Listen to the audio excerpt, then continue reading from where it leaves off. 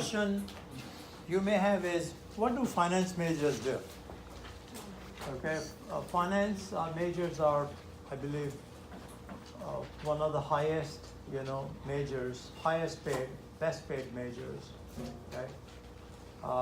One of the things they do is what we are going to learn in chapter 3. They perform financial analysis. Okay, and Wall Street, or I should say big name banks, they hire finance graduates to be financial analysts. Their job is to follow, specified companies. So I could be Amazon's a financial analyst for Amazon. Okay, my bank hires me, and I could also be assigned eBay, and maybe 2 or 3 other, firms from the same industry. So my job is to follow them 24 hours a day. Okay, see what they are doing, what their stock price should be, and my job will be at the end of the day to make recommendations to my firm's clients, whether those clients should be investing in Amazon, eBay, and other companies assigned to me, or they should be staying away from these companies. So my job is to make recommendations. So this is what financial analysts do. Okay, they follow firms, they follow the news, they attend, all possible conferences, all possible meetings with the top management. They ask questions, they go, they do a lot of field work. For example, in Amazon's case, they could be going out and talking to consumers. They could be talking to suppliers of Amazon, see whether, here is something that I'm not sure if you have been following. Last quarter for Apple, for example, okay, was very bad. Apple's iPhone sales were very disappointing. But guess what? Even 2 or 3 months prior to Apple telling us that Apple did not sell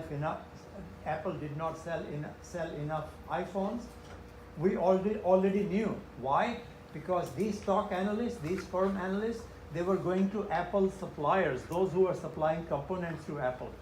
And those suppliers told these analysts that Apple had reduced the orders for those components. So there you have it. So even before Apple announced that their iPhone sales were down, people anticipated a lower number for their iPhone sales, because stock analysts, they had gone to the source, so to say, gone to talk to these component suppliers and found that those suppliers, they had received lower orders from Apple. So this is what. So let me build some background for our work here. Suppose I were to tell you that last year I made $500,000 in profits by investing in the stock market. So I made this money by investing in the stock market. So this was my profit, $500,000. So I'm sure you will say, hey, $500,000 is a lot of money, okay? But I would take this number very. So I'm making you aware of pitfalls, when you perform any kind of financial analysis. So take this raw number, $500,000. Looks very impressive. Anyone who makes $500,000 in the stock market in a year, you may say, well, it must be a job well done. But I would say, hey, exercise some caution. Ask some questions. What questions would you like to ask me? If I'm the person who is telling you that I made this kind of money in the stock market last year. How much did you put in? How much did I put in? That's a very good question. Suppose I were to tell you, now, if I put in $1 million, it's very impressive. Okay, if I put in $1 million, I made a 50% rate of return. But suppose I didn't put in $1 million, I put in $1 billion. Okay, so this is $1 billion. So I'm dividing my profit number by the amount invested to get a better idea. So if I invested $1 million, hey, I made a 50% rate of return, which is very, very impressive, okay? But if I invested $1 billion, so see what my rate of return will be. My rate of return will be, it will be 5 divided by, you can do it quicker, I believe, by using your calculator. It's gonna be less than 1%, you know, so it's 5 divided by 1,000, I believe, no, 10,000, 10,000. So this will be 1 over 2,000, so what is 1 over 2,000? Yeah. So it's a very, very, very small number, very, very small number. Can you tell me what this number is? 0.0005.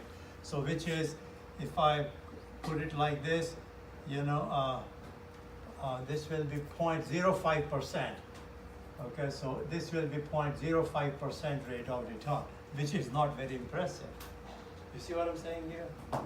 So don't rush to judgment by looking at, you know, some raw numbers being thrown at you. No. Try to divide those raw numbers by some other meaningful numbers. Okay, I can give you another example, like in the retail industry, like JCPenney, Sears, Dillard's, Macy's, Walmart. They don't look at total sales. Of course, they look at total sales. Okay, what will make more sense to you? Total sales, $50 billion. Walmart may say, hey, we sold goods worth $50 billion. Then somebody might ask the following question. Hey, how much space, you know, how much space are you using, you know, how much space are you using to produce this kind of sales? So what do? They take Walmart sales and divide by total square feet of, you know, store area that Walmart has to produce that sales. So it's more meaningful, okay? It's more meaningful. So sales per square foot of space, more meaningful. Okay, so don't trust raw numbers. Convert raw numbers into ratios. So this is what we do. We convert raw numbers into ratios. Something in the numerator, something in the denominator. And then the next thing is, what if I were to tell you, hey, don't pass judgment. Okay, this is better. So if I were to tell you, if you were to pass judgment on this, not a good thing, you are better off passing judgment here, you know, by dividing $500,000 by whatever amount I invested. But hold off. Yes, why? Because now you need to develop some benchmarks, okay? What are the standards? You must compare this number to the standard. What if I were to tell you that an average investor had a 70% rate of return last year?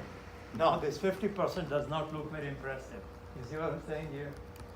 So do two things always. Anytime you have to perform financial analysis. Number one, okay, convert raw numbers into ratios. Number two, compare those ratio values to some acceptable benchmarks, acceptable standards.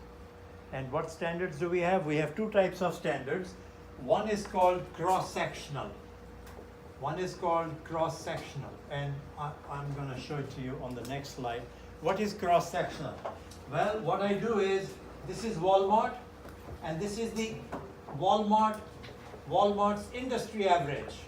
So this is how, so let's say that what I say is Walmart's sale per square foot of space, it's $5.